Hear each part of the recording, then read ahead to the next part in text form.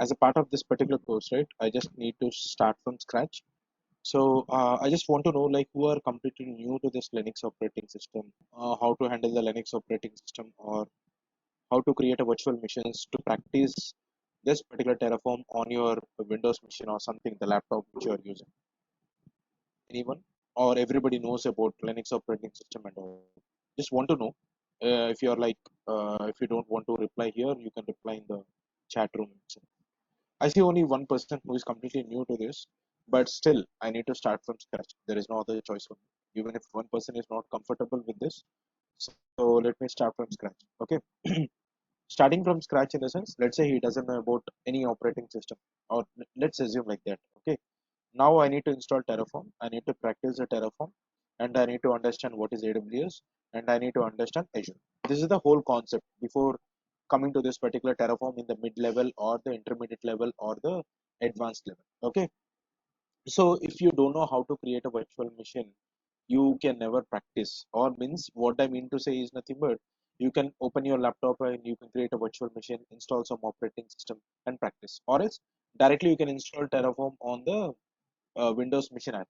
Okay, so some people are not comfortable with that, so that's the reason we will try to choose Linux, so that I can create a virtual machine and I can take a snapshot whenever I want. I can start the virtual machine and I can practice my Terraform related operations here. Okay, that's what I used to do. Okay, so that I don't want to disturb my base operating system. Okay, but yes, we can still install Terraform on the Windows machine as well. Okay, so keeping that aside, so first of all, I will tell you how to create a AWS account and Azure portal account later. But first of all, let us say how to install this Terraform client on your virtual machine. So before that, we have to know how to create a virtual machine, right? So let's go there. So the first thing is like you need to download this Oracle VirtualBox. If you are comfortable with any other Oracle VirtualBox or any VMware workstation, that's fine for me. Okay. The ultimate goal is nothing but without disturbing your base operating system, I want to create another machine, and there I want to install some Linux operating system and I want to practice the Terraform related operations. Okay. That is the main intention of it. So to do that, first of all, you have to install Oracle VirtualBox. Okay, if you don't know about any virtualization tool, then this is the best one to use. So Oracle VirtualBox download. Okay, so based on your base operating system, you need to download the package, and it is a simple installation. You can double click on the downloaded package, you can click on next, finish. That's it. It is as simple as it is. Okay, so mine is Windows, so I will download this particular package and I will install. Okay, that is what I used to do. After installing that successfully, you need to download one common package for all the operating system. This is the common package. This belongs to your Oracle VirtualBox which you have installed.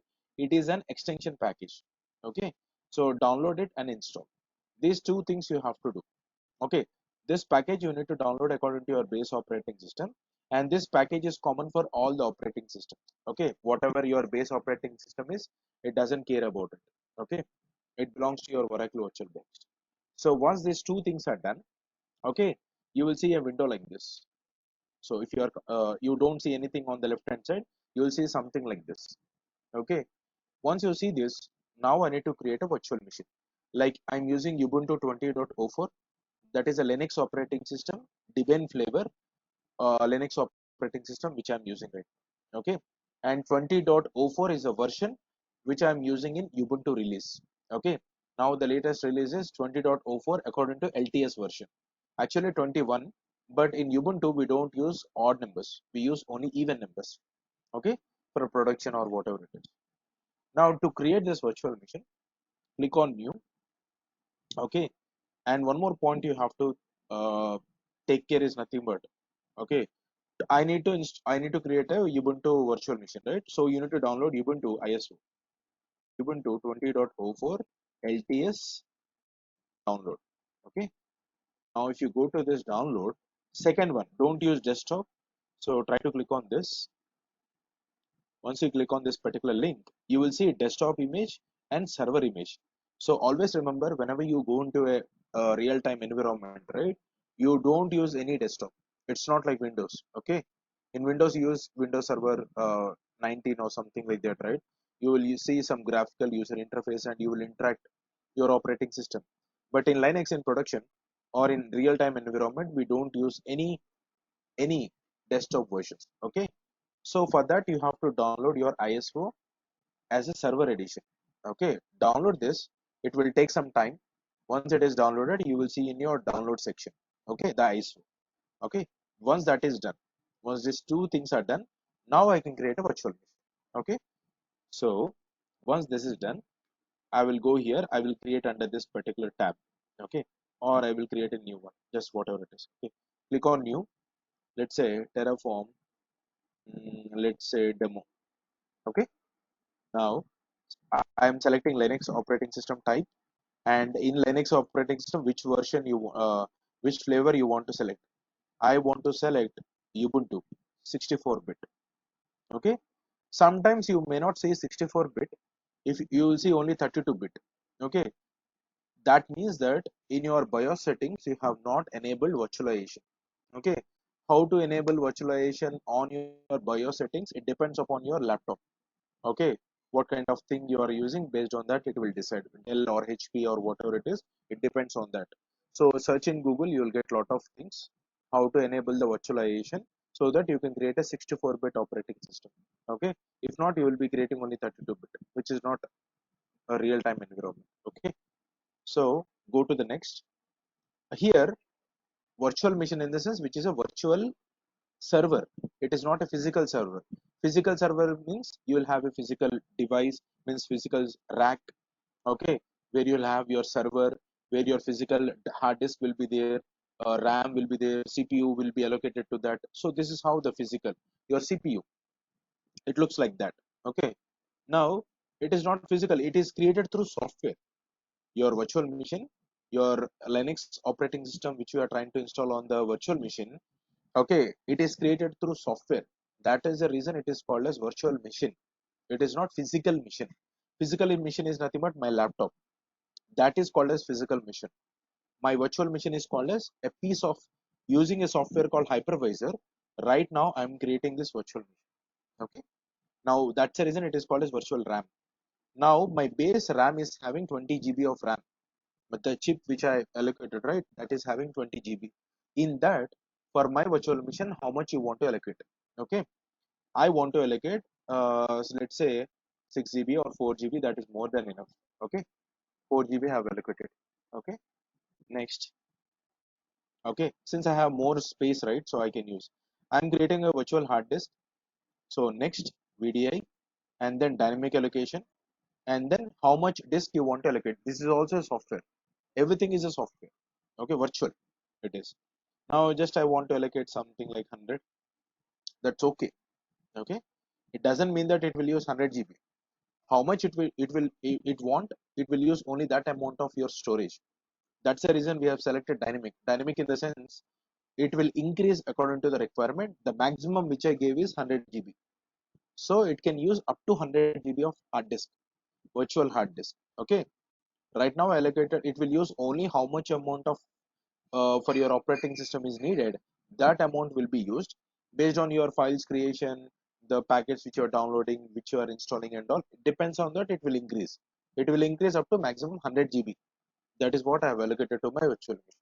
Okay, now let's go to the next, create. Where is it? Sorry, my mouse. Yeah, then create. Now what does it mean? I went to the market and I purchased a laptop. That's it. I have not installed any operating system. Assume like that. Now I need to install. My virtual machine is created, but it is not having any operating system.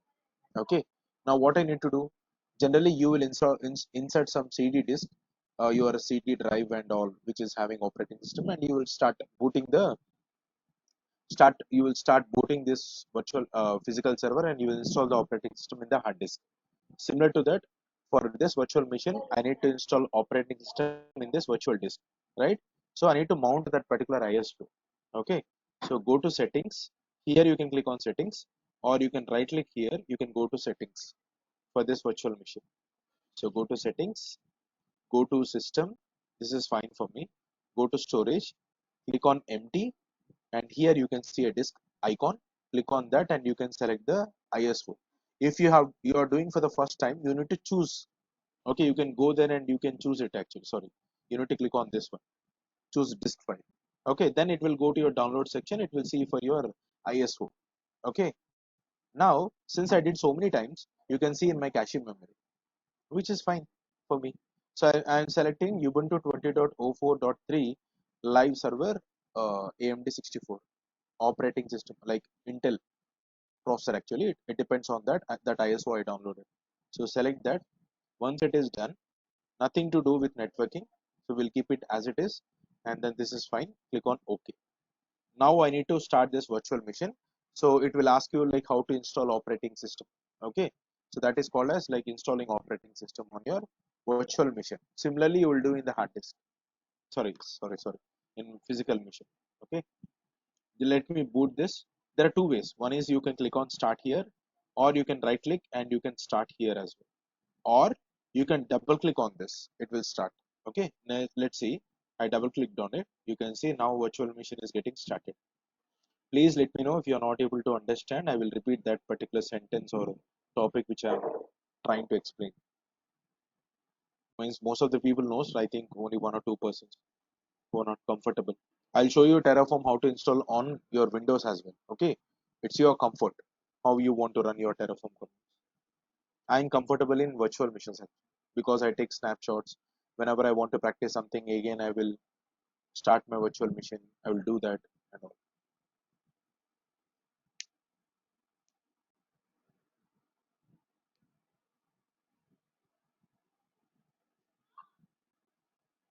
Don't feel any shy, guys, because everybody is new. Don't feel that I'm asking some silly question or I don't know anything. Someone knows something. No, everybody is here to learn. Don't feel shy. Interrupt me and ask me questions which are related to the topic which I'm talking about. Okay. So I want to. So this is the first page which you get in Ubuntu ISO to install. It is asking you what language you want to use for installing this operating system. Next onwards, like from the next step, which language you want to use. I'm comfortable in English. Everybody, so English. Enter. Okay, now it is asking you keyboard language. Keyboard language in the sense, once your operating system is installed, what language you want to use in order to communicate with your operating system. Okay, so that and this is different. Okay, I am English. That's what you use. So done. It is already there in the done. So press enter. Now it is automatically got some IP address. I will tell you how. But right now it got some IP address. So I'm okay. Done. Proxy, I am not using any proxy. My virtual machine is not behind the proxy. So nothing to do here. Okay. So done. So this is default. So done. And here, this is your disk and it is doing automatic partition according to the 100 GB of size. So I'm okay with this. So I'm using the entire disk. So use a tab and go to the done option. Okay. Press on the tab until you go to the done. It is highlighted in green color. Then press enter. Means you're accepting it. Now you can see automatically it created two partitions. One is of size 1 GB, and rest of the one is 98 MB, 99, 98.99 in the sense 99. Okay, so one partition is related to slash boot, which is having 1 GB, and the rest of the partition is created for your LVM partition actually. You don't know about LVM, so let's forget. It is automatically created. Okay, now let's done. Do you want to continue? It is asking you a confirmation. So yes, continue. So press enter. Now it is asking you, remember in Ubuntu operating system, whenever you install on a virtual machine or a physical server on the cloud, it doesn't directly log in you allow you to log in as a root user like CentOS and Red Hat. When you are installing operating system of CentOS and Red Hat, directly it will ask you to set a root password. But here it doesn't ask you, it doesn't directly allow a root user. So you have to create some user and password. With that, you will log in first and then you will switch to the root user. Later on, we can enable so many things and we can directly allow the root user to log in. Okay, that is a later part.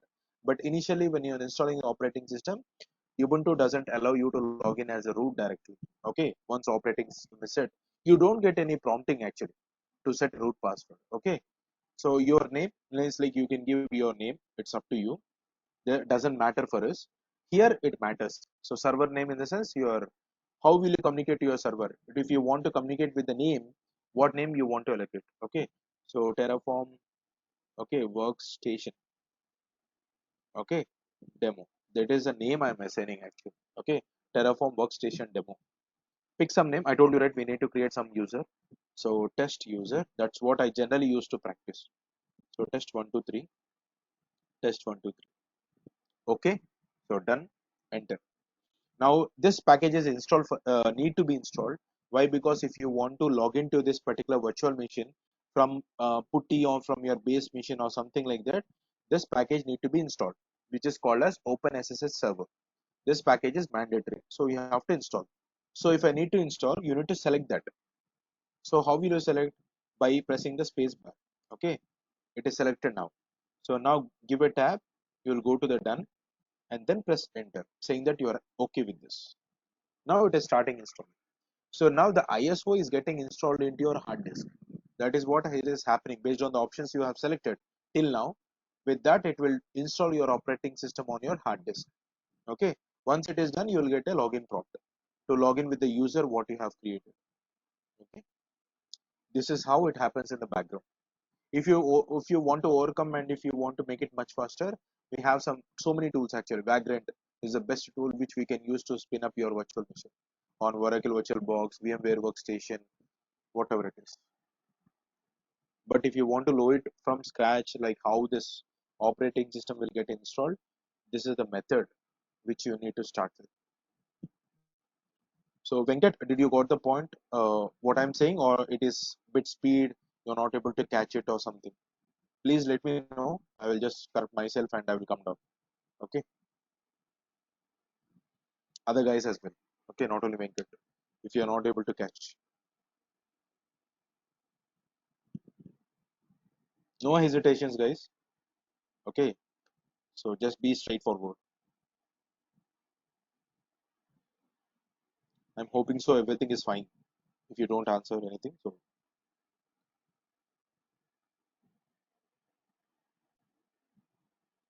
so let it go on.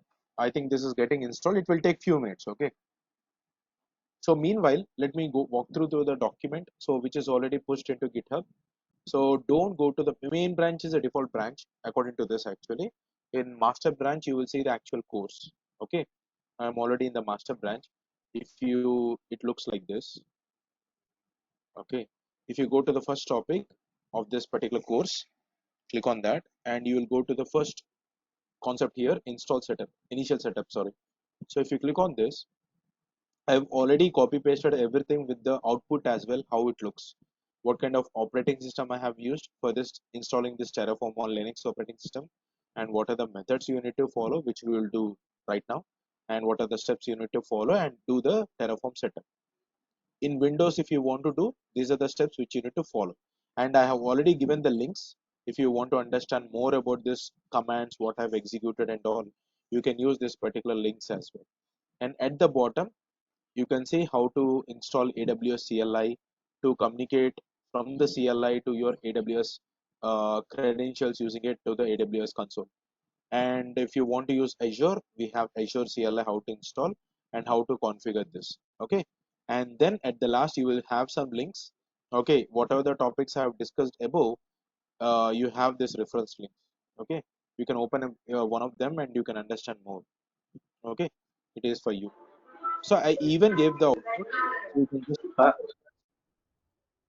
you can understand. Yep.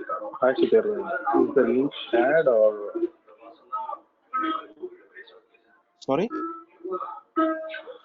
the link shared or yet to share? No, GitHub. I think it is okay. I think you can open it. It is just a GitHub page. Let me give you. Hope you can see the in the chat room the link. Everybody can open this. Okay, it's a public repository. So this links also I will give. Who are completely new, they can use this and install Oracle VirtualBox and install this. Download this ISO and create a virtual machine. Okay? So for this entire course, we will be using this GitHub.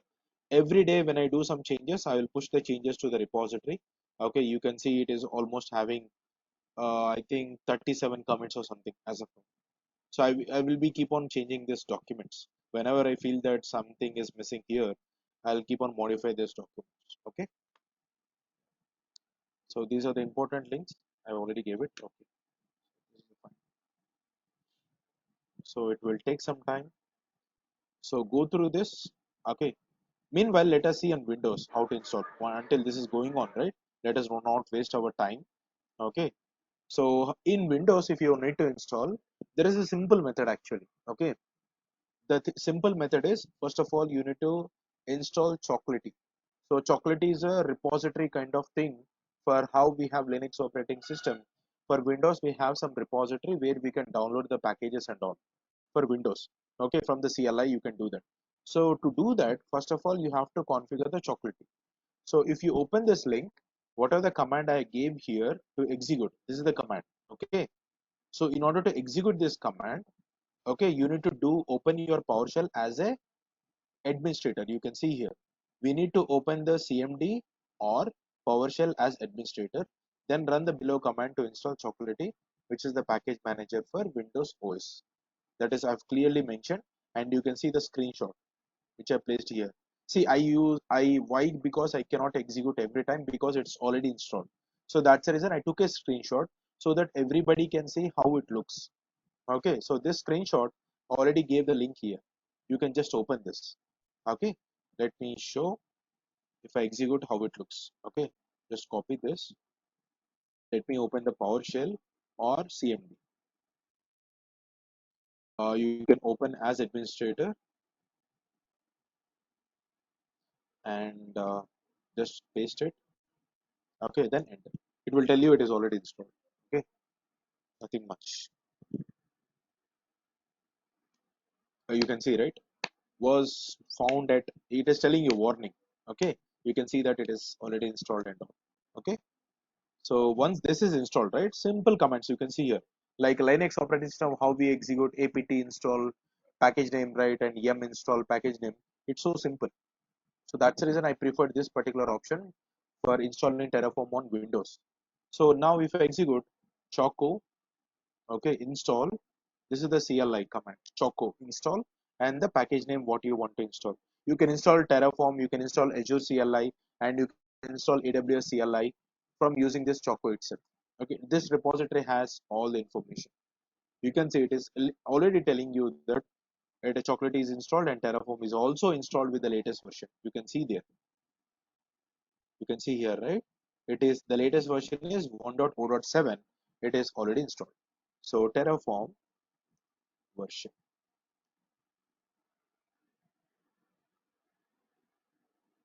You can see there, it's already installed. Okay, done.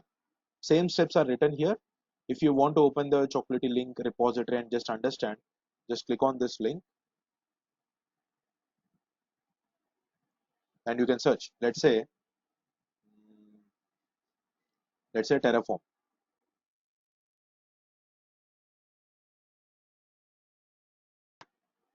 Okay, you can see here there is 1.0.8 release. If you want, you can install. Okay, or upgrade or something. Okay, that's it. So this is also done on Windows, right? Let me see my status of my this. It is still going on. Let's wait. And here our Windows setup is done. That's that's done for us. Okay, I already installed Azure CLI. Where is that for Windows? You can see Choco install AWS CLI. Why is this need? Because if you want to configure your AWS credentials to contact with your AWS, right, console, okay, to run some API calls against your AWS cloud, first of all, your CLI needs to have the credentials. Even Terraform will use that credentials in order to communicate, or you can create a separate credentials actually. Okay, so at least to do some AWS CLI operations for configuring the credentials and all, we need this particular package installed. Okay, so Choco install AWS CLI. So Choco install AWS CLI. That's it. It is already installed on my machine. You can see there. It will tell you again it got installed.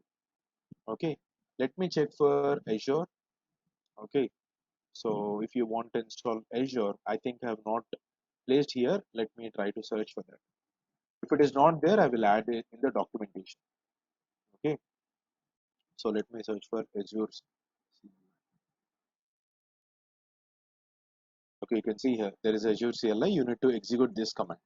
Okay, copy this and paste it here. Simple. I think this will get installed. You can see that it's already installed. Okay, so I'll add this particular command in the documentation. So I think this is missing. Okay, it doesn't take much time. Today I will do it. Maybe tomorrow early morning I will do this. Okay. So this is what you do. These two packages are needed. Why? Because you will configure AWS and you will configure Azure as well. Because we are running the Terraform on both the providers. Okay, so that's the reason. So our Windows task is done. Let me open my machine. It will take, because my network is not that speed. Because of some issues, I have slow network. Maybe it will take long time to complete this particular process. Okay. Once it is done, right? Okay, it looks like this particular virtual machine. So when the virtual machine is done, right before virtual machine is done, so what you need to do, I will show you on this particular virtual machine where Terraform is already installed, but I will show you the commands what you need to run to configure that, to do the setup of your Terraform CLI. It is not a service that will be keep on running in the background. It is just a CLI package. Okay, it's not the service that you have to keep on monitor and see the status whether it is running or not. It's not like that. It's not like your Nginx web application or database service or something like that. Okay, simple CLI package, download, place it in a proper binary location, execute as a command. That's it. So I booted this machine. Let me log into this. I'm using MobiXtem on Windows. If you're comfortable with Putty, you can use that. Okay, so I'm just logging in. This is another virtual machine which I've already used for daily purpose. Okay, for other batches. So here also you can say I logged in as this user, test user. I'll switch to root. That is what I used to do. I don't want to log in as root directly. Okay. Then I want to show, yeah. Let me show you the CLI commands. How to install Terraform CLI on your Linux operating system. So go to the release section and download that particular HashiCorp. Like you need to download the Terraform, right? So for that, if you scroll down, you can see Terraform download link, right? Just open that. This one I close. You can see download Terraform. Based on your operating system, you need to download the package. Okay, so here it is having Linux 36 64-bit, right? So copy this, use wget command and give the link. Okay, whatever you have copied, right? Copy link address, just paste it here. That's it. It will download. It is taking few minutes. In your case, it will be much faster. It depends on your network. I'm using mobile network right now, so it is a bit slow.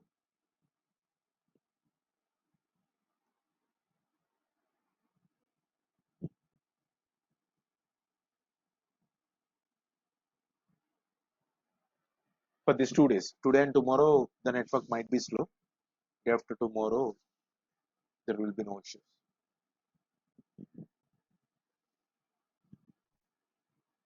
You can see, right, only for this small package, it is taking such a long ETA. So what happened with this virtual machine? Yeah, it's almost done, right? See, if you want, you can keep it like this. I don't want to continue, so you can cancel the update and you can reboot. Okay, so let it go on. We are running the CLI operations, right? Let it go on. Okay, and let it run the updates as well, security updates.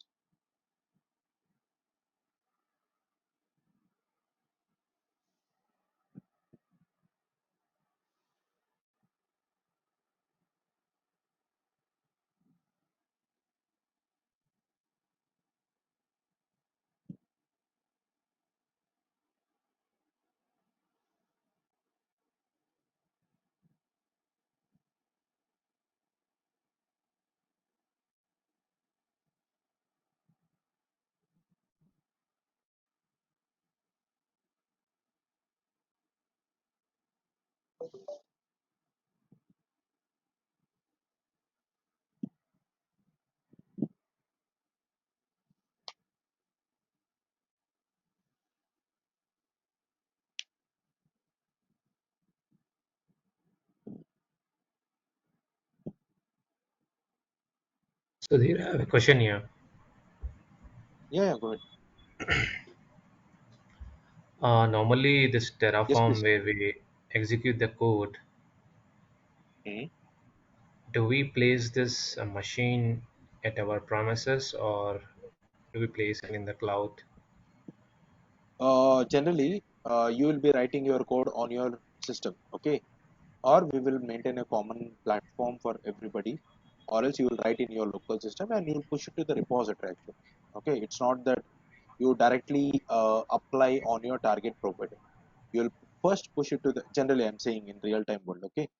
So you'll push the code to the repository. Once it is approved and it is accepted, then they will run some CI/CD operation like GitHub Actions or Jenkins CI/CD, or let's say GitLab CI/CD, or AWS DevOps pipeline, or Azure DevOps pipeline. Okay, any sort of CI/CD, it will try to trigger automatically once you this particular code is merged to any branch or main branch or something like that. That's how they configure. Okay, it is not that directly we apply from your local system to directly on your target providers. Okay. Okay, so like, do we have concurrent access to update the Terraform? I mean, like, can like all the developers do the Yes, same yes. time? Or It's not same time. There to apply this, we will apply some state locking. I will when we learn that particular concept.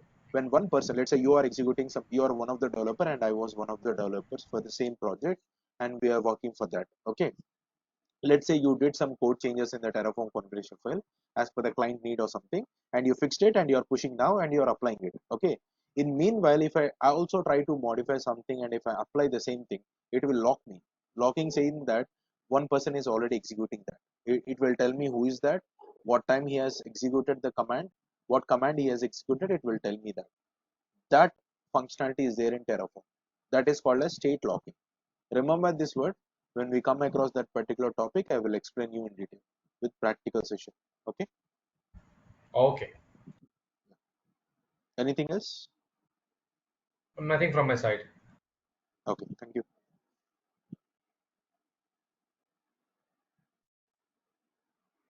Any other questions, guys? Okay. Let me cancel this. Oh, here it is done, right? So to this is a zip file actually. Okay.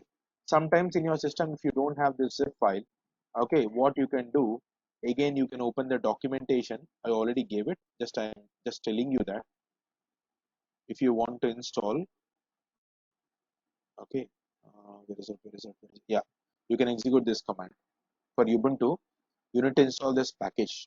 You might not get it. Okay, so you need to install. Once this is done, you can execute this particular command, unzip, and that particular file which you have downloaded, right? That's zip file.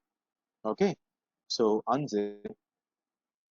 Okay, and then you can see the latest version is 1.0.9. See this, right? Daily I'm practicing, like I'm showing for my previous batch, morning batch actually. You can see we are using 1.0.7. Okay, I will not place it. For you batch, I will use 1.0.9. Okay, the latest one. For the previous batch, I am using 1.0.7. I might upgrade later, and they show them that upgrade process as well. Okay, so unzip. You need to unzip this one, Terraform underscore 1.9, and this one you have to execute.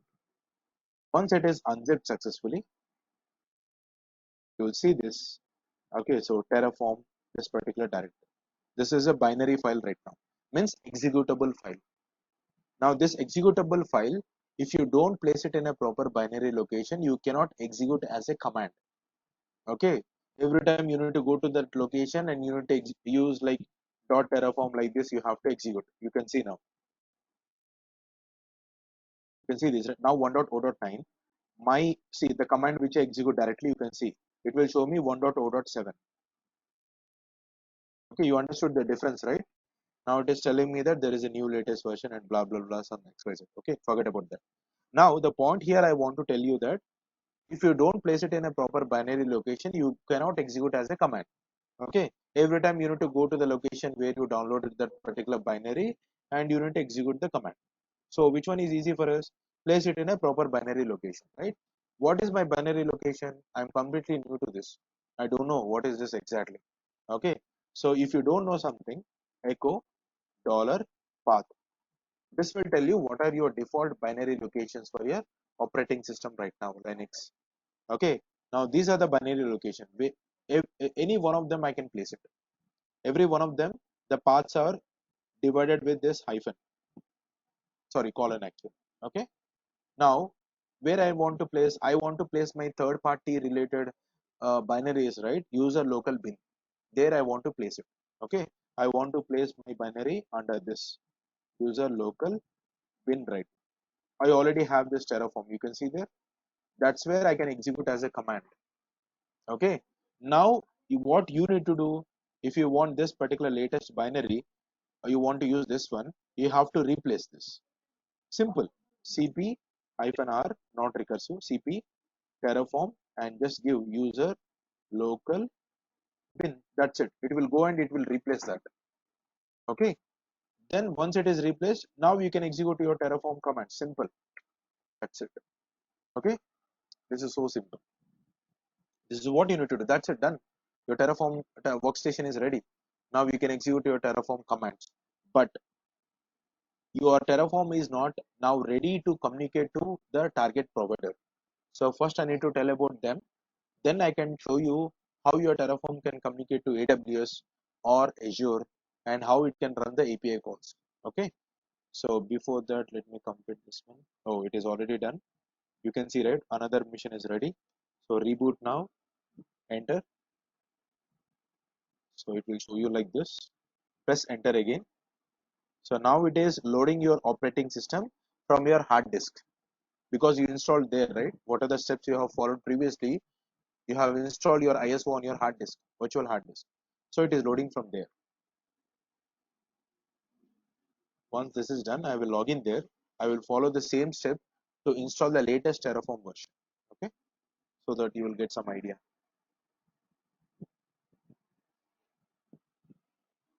Other people, please don't be bored because I need to show from scratch, right, for one person. So you have to bear with me. So let me log in. Test user. So you'll get like this. Type on your username and password. Okay, don't worry about that. This is something like init process is running inside. Done, right? So I need to switch to the root user. Sudo space -i. Then it will ask you the user password. Done. I switch to the root user. I want to execute from here actually. That's it. Okay. Now what I need to do, I need to execute copy paste something. So copy paste doesn't work here actually. It is not that easy to do a copy paste. This is a direct console access. So I want to do an SSH to this virtual machine. Then I need to do. So since we are using an NAT IP address, you cannot do a direct SSH. For that you need to do a port forwarding. Let me show you a failure. Then I will show you how you need to pass that. Okay. So what is your IP address? 10.0.2. Sorry, 2.15. What is the username? Test user, right? So now if I give enter, okay, see it will fail.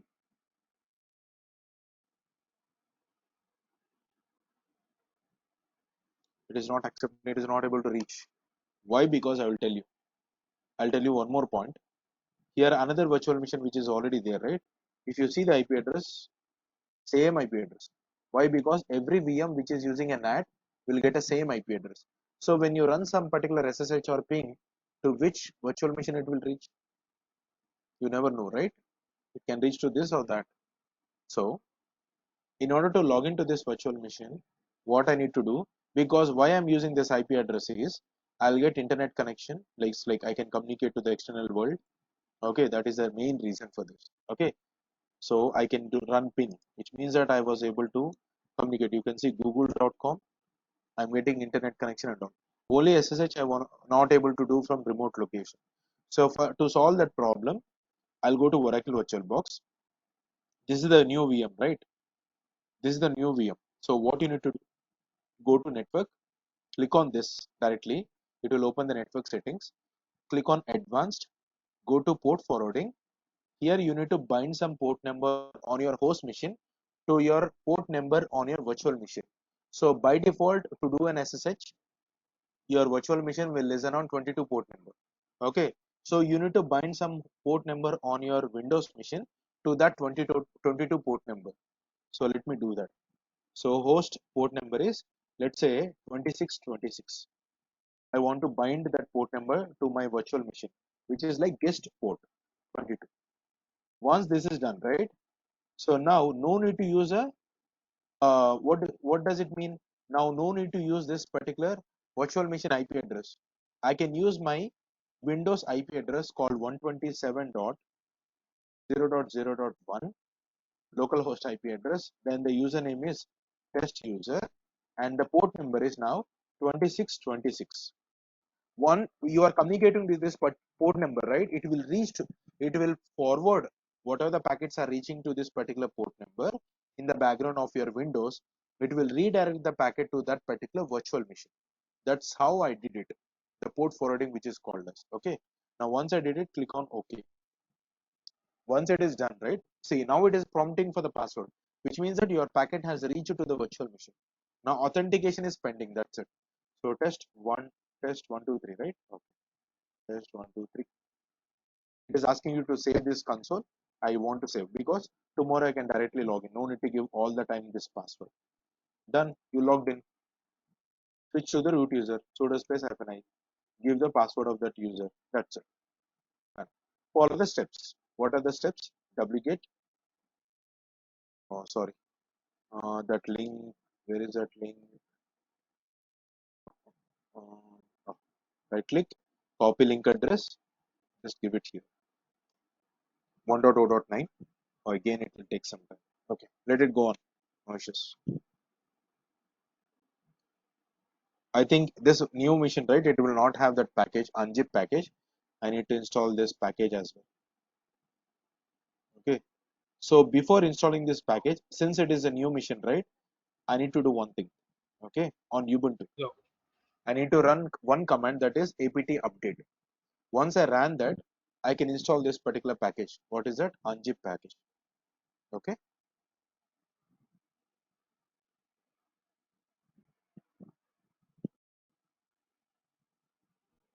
So, Yeah. Yes, please. yeah. Sir, can you hear me? This is Ram.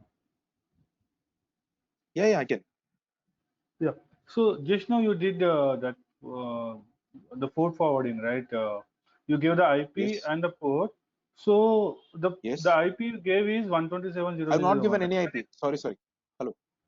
I've not given any IP. I just told that on Windows, if someone is communicating to the 2626 port number, redirect the packet to the 22 port number. That's what I've told.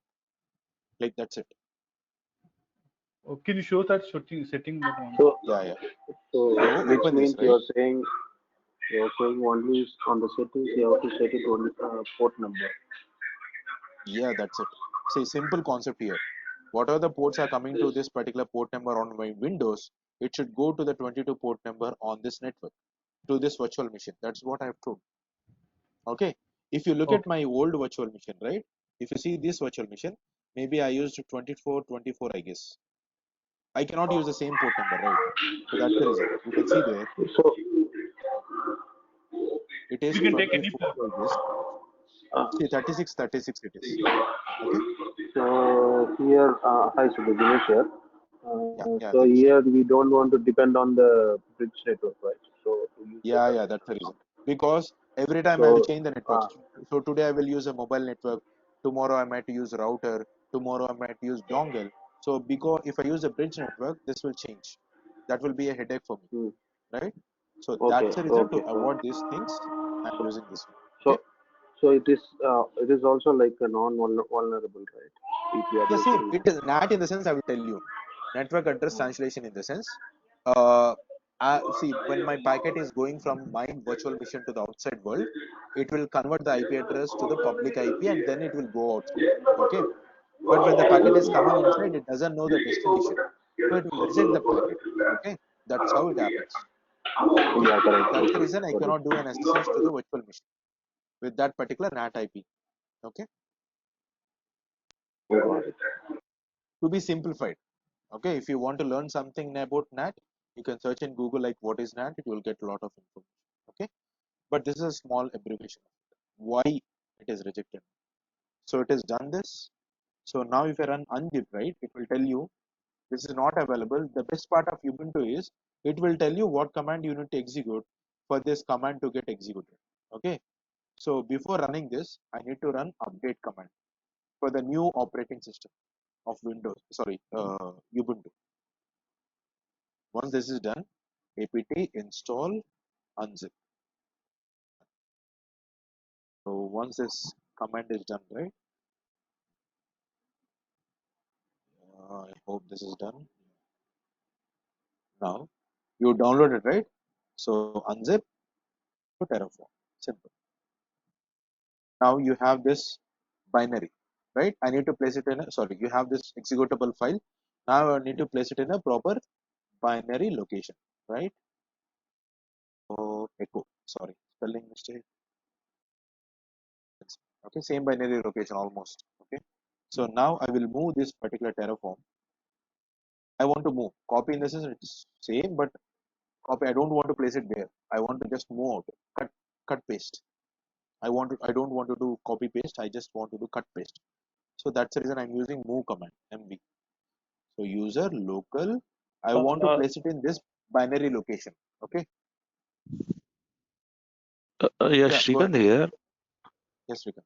I have some question related to this course. Actually, are we going to cover the administration part of the Terraform, or are we going to build and deploy the APIs and as well as the We containerization are of not going to deploy any APIs. those things?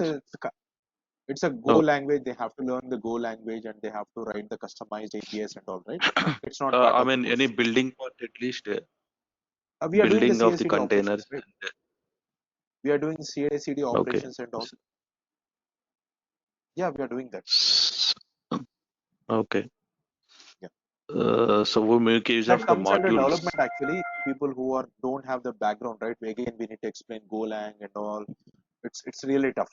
Okay, so that's the reason. Uh, Okay. Okay, so now my executable file is moved So into are we binary using any location. Kubernetes Yeah, we are AKS in using this course? AKS. Yeah, AKS. How to spin up your AKS service using Terraform on AWS, sorry, Azure and EKS. Okay, for AWS, both of them. I think I mentioned in the course as well. If you want, you can just check. So now Terraform, it's placed in a proper binary location, right? My executable file. So Terraform version, if I execute, I need to say 1.0.9. Done. Setup is done, right? So your base setup is done. Now, if you want to install AWS CLI on this virtual machine, install AWS CLI. Let's install Azure CLI as well. I'll show you that. Maybe it will take long time because lot of dependency packages which are developed on Python. So it will download all of them. If you want to install Azure CLI, just execute this one. Okay, Azure-CLI. All the things are mentioned here. Today, whatever we have discussed, you need to go to this directory T01 and you need to open this particular file. Okay, that's it. And all the links are referenced here. You can go there. So with this, our Terraform setup is done. Okay, AWS and Azure configuration is not yet done. We will see it tomorrow. Okay, let it go on. It doesn't take much time. It's showing you 3 minutes estimation. Let's see. I think it should take less than that. Sudhir, I have one more Yeah. question. Can Meanwhile, if I? you have any questions, you can ask. Yeah, go ahead. Uh, is Terraform or duties of a Terraform engineer is to just to make the instances or scale the instances or destroy the instances, or can we do something else from Terraform? With the Terraform, we can control, right? We have functions. We need to know about that. Which means that let me tell you. I'll tell you a simple logic, which is one of the interview question. Okay. He asked in the interview question saying that I created a security group. Okay. I don't want to delete the existing group, but I want to add a entries of the rules actually. You know the security groups? Just to ask Yeah, actually. I know. Okay. If you know the Yes, security yes. groups, we'll add rules, right?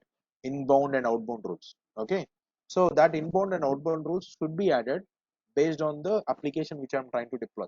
It should not recreate the security group, or it should not disturb my existing rules. It should add a new entry one by one, 100, 101, 102, 103, like that. So how will you control that logic? And if something is missing, that missing part, when I want to add it, it should add at that particular what is a priority.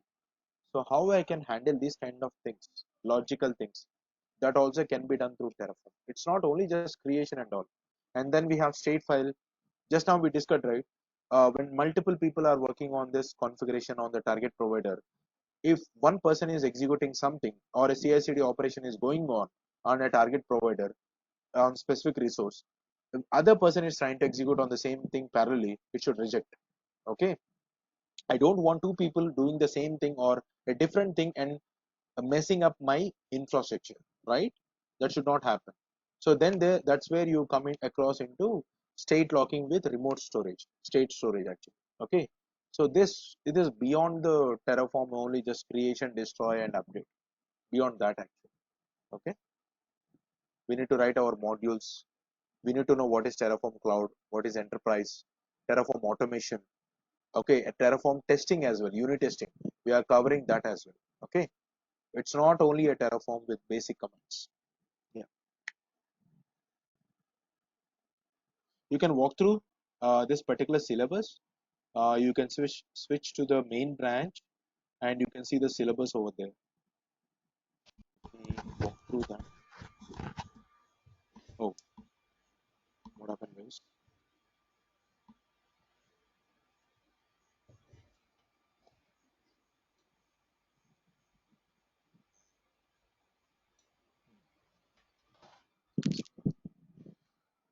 It's an horrible speed.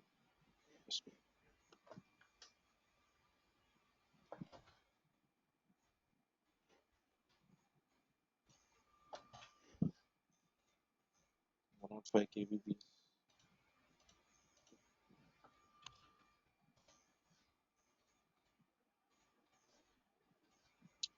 Speed issue, that's a matter.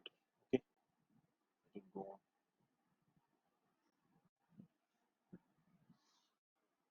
Yeah, now we can see, right?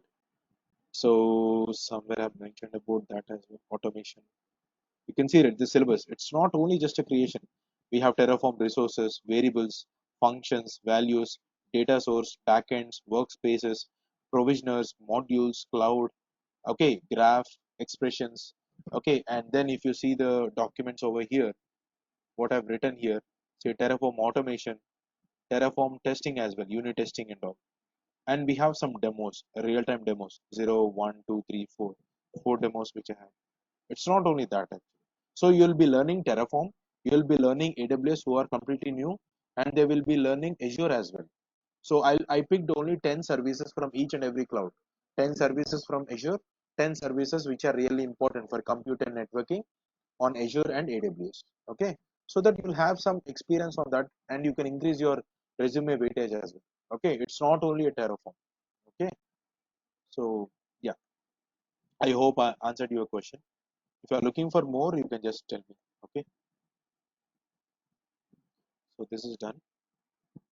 Now if I want to install Azure, now CLI is installed. Okay, so tomorrow we will see this AWS. Okay, so I can execute AWS help, and I can do so many actions. Okay, before that I need to configure the AWS. I CLI is installed, I need to some configure the AWS. Okay, tomorrow we'll see that. Yeah, Srikanth. So this is Ram. Hello. Ram, right? Okay, Ram. So, so while spinning up the VM in the virtual box, you have chosen the NAT bridge. Am I correct, sir? Yeah, true. NAT. Am I correct? Yeah, true. Exactly. So once you choose a NAT and the IP in the VM is internal IP basically. It will Yeah, get it's an assigned internal with IP. internal Exactly. IP. Okay. So basically we don't. It's a private IP address. By default it doesn't have internet access. Am I correct? No, it will have But- internet access. See, I'm installing some packages and all, right? Means that I was able to Okay. communicate to the Yeah. internet. Correct. But from Correct. outside, people cannot communicate to my my VM. Okay, that's a logic. Okay, got it. Got it. And once we complete this course, we can target the certification, right, sir? Terraform Associate. Yeah, Terraform Associate you can do. It's a choose the correct answers. It's not like your CKA or CKAD exams, okay? Not practical sessions. It is not like Red Hat. Simple choose the correct answers. They will give you some question. They'll ask you to choose the correct answers or multiple choice, whatever it is. Practical session. Okay, sir. Yeah. Yeah. Thank you. Yeah. Thank you. Yeah, Srikanth, you are saying something? Uh, Yeah, Dinesh. Yeah, actually, infra is already automated with Ansible modules and Ansible scripts. How they can make use of those code in the Terraform? Actually, any other module specific to? Here it's not about modules, okay? Here it is called as resource type. That resource type is designed by your AWS. It's nothing but a API call which runs inside. There it is called as module, right? That module is nothing but it which is Yes. developed on Python and where it will run some API calls. Here it is developed on Go, that particular resource type, and it will run the API calls, okay, in the background. The REST API calls So, which will run. Yeah. okay. My doubt is we are already automated with Ansible scripts, right? Can you make use of them in this Terraform No. transformation if they want to move to cloud? Yeah. Transformation in the sense there are Okay. two things. What you're saying. Do you want to migrate or do you want to apply the logic through Terraform? Yeah. Two things. Yes, they are already configured everything in Ansible, Let's and say they you have just a want to move playbooks to which are the cloud already now. written. Let's say you have already a playbooks which are written for Ansible to create the infrastructure on the target provider, right? Now you want to Yeah. switch to Terraform. Then you need to do from Yes. scratch actually. There is no point in migrating because there it is a playbooks. Here it is a domain specific language, okay, which is called as HashiCorp language, HCL. So these are two different things, okay.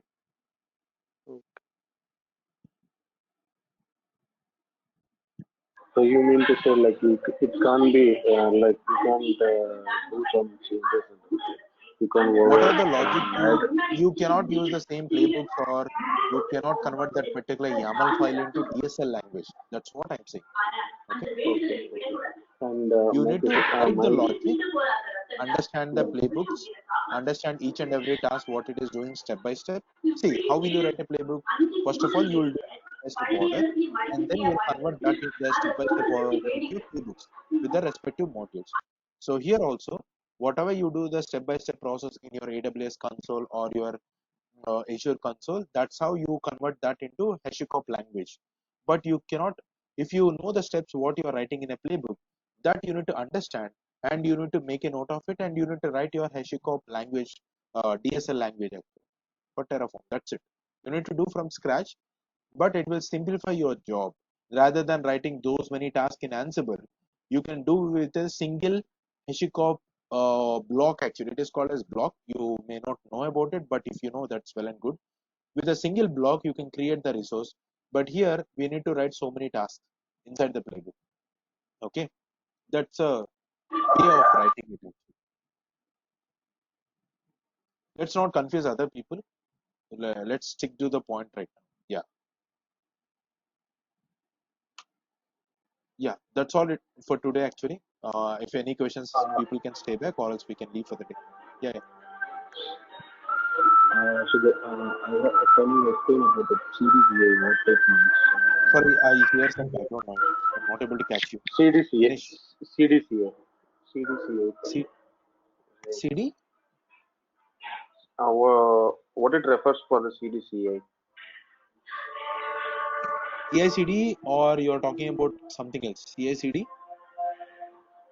CACD, yeah. CICD is continuous integration, continuous deployment, right? Say everything I cannot do manual steps, right? Whenever I push something into my source code repository, it should automatically do my task, what I willing to do.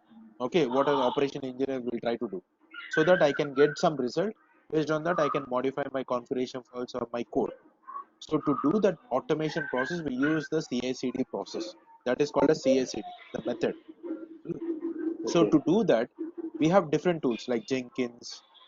We have AWS, Azure DevOps pipeline, or something like that. We are going to do that as well. Okay. Okay. See, every time I cannot execute Terraform init command, Terraform this create apply command, plan command, and all, right? It should be done Got automatically. it. That's how. Got it. Okay. So what we are going to use here? We'll be using three, not Jenkins. We'll be using GitHub Actions, Jenkins, AWS DevOps pipeline, and Azure pipeline. Okay, that is a real time. Okay. Everybody is using it, so I don't want. I want to pick the real time things what industries are using. Yeah, Okay. Fine. so that for everybody will feel Got it. comfortable. Okay, Oh, got it. Fine. Fine. thank you guys. Thanks for the day. Thank you.